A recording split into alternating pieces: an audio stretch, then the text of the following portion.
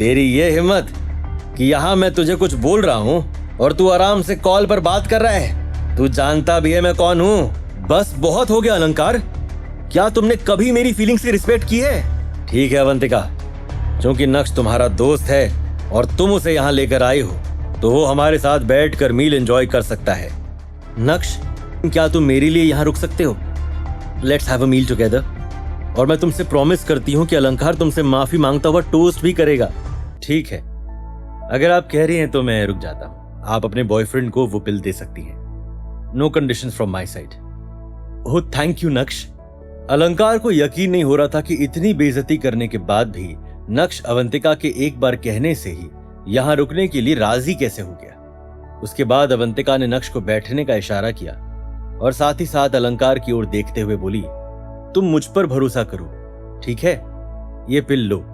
अलंकार अवंतिका को नाराज नहीं करना चाहता था, इसलिए उसने अवंतिका के हाथ से वो पिल ली और तुरंत ही अपने मुंह में डालते हुए उसे गटक गया। उसके बाद अचानक से अलंकार अपने हाथ में वाइन का ग्लास लेकर अपनी जगह से उठा और बोला, नक्श, आज के इस ब्रेकफास्ट के लिए तुम्हें अवंतिका पर डिपेंड होना पड़ा।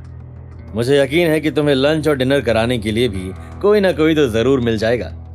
जब अलंकार ने देखा कि नक्श की तरफ से कोई रिएक्शन नहीं आया है तो तुरंत ही उसने फिर से अपना मुंह खोलते हुए कहा, जावेरी परिवार तो अब बैंकरप्ट होने ही वाला है, तो मुझे डर है कि नक्श का क्या होगा। चूंकि नक्श अवंतिका का दोस्त है, इसलिए मैं उसे मेरी कंपनी में साफ सफाई करने के काम पर रख सकता हूँ। नक्श, मैं तुम्हें महीने के 20,000 रुपए दूंगा। बोलो, क्या ख्याल है? जैसे ही अलंकार के मुंह से ये शब्द बाहर आए, वैसे ही वहां मौजूद सभी लोग जोर जोर से हंसने लगे। तुम्हारा नाम अलंकार भल्ला है, काफी दुख की बात है। पूरे सूरत में तुम्हारा परिवार भी इतना फेमस नहीं है, लेकिन क्या तुम अपने आप को सूरत का कोई बिग शॉट समझते हो? मुझे लगता है कि तुम्हें एहसान चुकाना नहीं आता है। तुम्हारी शादी को कितना समय हो गया है? जावेरी खानदान के दामाद हो, तुम्हें तो पता होना चाहिए कि सुपीरियर कौन है और इंफीरियर कौन है। हाँ, मुझे पता है कि तुम बहुत ज्यादा इंफीरियर हो, बस तुम ये बात एक्सेप्ट नहीं करना चाहते हो। ये सुनते ही अलंकार ने अपने हाथ में पकड़े उस वाइन ग्लास को गुस्से से जमीन पर फेंक दिया। तभी बाहर से उस कमरे का दरवाजा खुला और इरफान भाई अपने साथ कुछ आदमियों को लेकर उस कमरे में दाखिल हुए। क्या चल रहा है यहाँ पर? ये प्राइम स्टार होटल है, कोई लड़ने का अड्डा नहीं है। चूंकि नक्श दरवाजे के सामने की तरफ बैठा था और इरफान भाई को उसकी पीठ ही दिखाई दे रही थी, इसलिए वो नक्श को पहचान नहीं पाए थे। इरफान भाई को देखकर अलंकार का चेहरा अचानक से चमक उठा। अपने कपड़ों को ठीक करते हुए वो मुस्कुराते हुए इरफान भाई की तरफ बढ़ा। हेलो भाईजान, क्या आपने मुझे पहचाना? कौन हो तुम? वो ग्लास तुमने फेंका? क्या तुम्हें पता नहीं है कि यहाँ पर ये सब हरकत करने से क्या होगा? भाईजान, मेरा नाम अलंकार भल्ला है। मैं यहाँ पर कोई तमाशा नहीं कर रहा, बल्कि ये आदमी तमाशा कर रहा है। इसी ने इस ग्लास को फेंका है और ये मेरी गर्लफ्रेंड को भी छेड़ रहा है।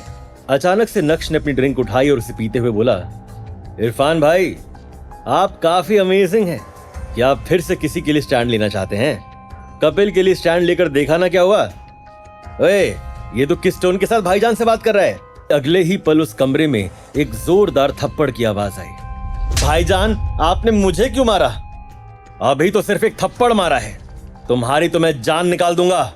हटो मेरे रास्ते से और यहीं खड़े रहो। ये बोलने के बाद इरफान भाई के कदम सीधा नक्श की ओर बढ़े और नक्श के करीब जाकर पूरी इज्जत के साथ वो हल्का सा झुके और नर्वस होते हुए बोले, गॉडफादर, आई एम सॉरी, ये मेरी गलती है कि मैं आपको पहचान नहीं पाया। कोई बात नहीं गॉडफादर, मुझे नहीं पता था कि आप इन लोगों के साथ यहाँ पर मील ले रहे हैं। अगर मुझे पता होता तो मैं आपको लेने आता और कुछ अच्छा प्रिपेयर करवाता। वैसे आप यहाँ नॉर्मल रूम में क्या कर रहे हैं? चलिए मैं आपको आपके सुप्रीम प्राइवेट रूम में लेकर चलता हूँ। नहीं, उसकी कोई जरूरत नहीं है इरफान भाई। ठीक है गॉडफादर। इरफान भाई ने पीछे मुड़कर अपने आदमी से कहा, जाओ और नीचे लॉबी में जो मैनेजर हैं उनसे कहो कि नक्श साहब आए हैं, सारा अरेंजमेंट्स करें और इस प्राइवेट रूम का सारा एक्सपेंसेस भी आज फ्री रहेगा। मैंने सिर्फ एक ड्रिंक ही पी है। मैनेजर से कहो कि मेरी ड्रिंक का पैसा वेव ऑफ करे, बाकी का पूरा बिल मुझे इस टेबल पर चाहिए। ये बोलने के बाद नक्श अपनी जगह से उठा और तुरंत ही वो उस कमरे से बाहर निकल आया। उसके पीछे पीछे इरफान भाई भी कमरे से बाहर आ गए। तुम जाओ और अपना काम करो, मैं थोड़ी देर यहीं टहलता हूँ। ठीक है गॉडफादर। नक्श होटल प्राइम स्टार के गार्डन में बैठा था और अपनी आगे की लाइफ के बारे में सोच रहा था। उसके मन में सबसे पहले अनिका का ख्याल दौड़ रहा था। पिछले 20 मिनट से अवंतिका उस कमरे से बाहर आकर नक्श को ढूंढ रही थी। तभी फाइनली अवंतिका की नजर नक्श पर पड़ी और उसने जोर से चिल्लाते हुए कहा, नक्श, नक्श, मैं कब से तुम्हें ढूंढ रही हूं। ओह गॉड, तुम कहां जा रहे हो? मैं घर जा रहा हूं। आज के लिए I am really very sorry. कोई बड़ी बात नहीं है, वो सभी अमीर परिवार की बिगड़ी हुई औलादें हैं, उन्हें यही सब आता है। थैंक यू सो मच, मैं तुम्हें घर छोड़ देती हूँ। अभी नक्श और अवंतिका होटल की पार्किंग में पहुंचे ही थे कि तभी अलंकार भल्ला जी भागते हुए वहां आए। क्या अपनी बेइज्जती का बदला लेने आया अलंकार नक्श के पास? क्या नक्श और अवंतिका के बीच बढ़ रही नजदीकियां बनेंगी 2 जिंदगियों के तबाह होने की वजह? क्या नक्श का अपनी सच्चाई को छिपाना कर देगा उसे अनिका से जुदा? ये जानने के लिए देखिए अगला एपिसोड सिर्फ पॉकेट FM के YouTube चैनल पर, और इंस्टा एम्पायर के सारे एपिसोड सुनने के लिए डिस्क्रिप्शन में दी गई लिंक से डाउनलोड कीजिए पॉकेट FM ऐप।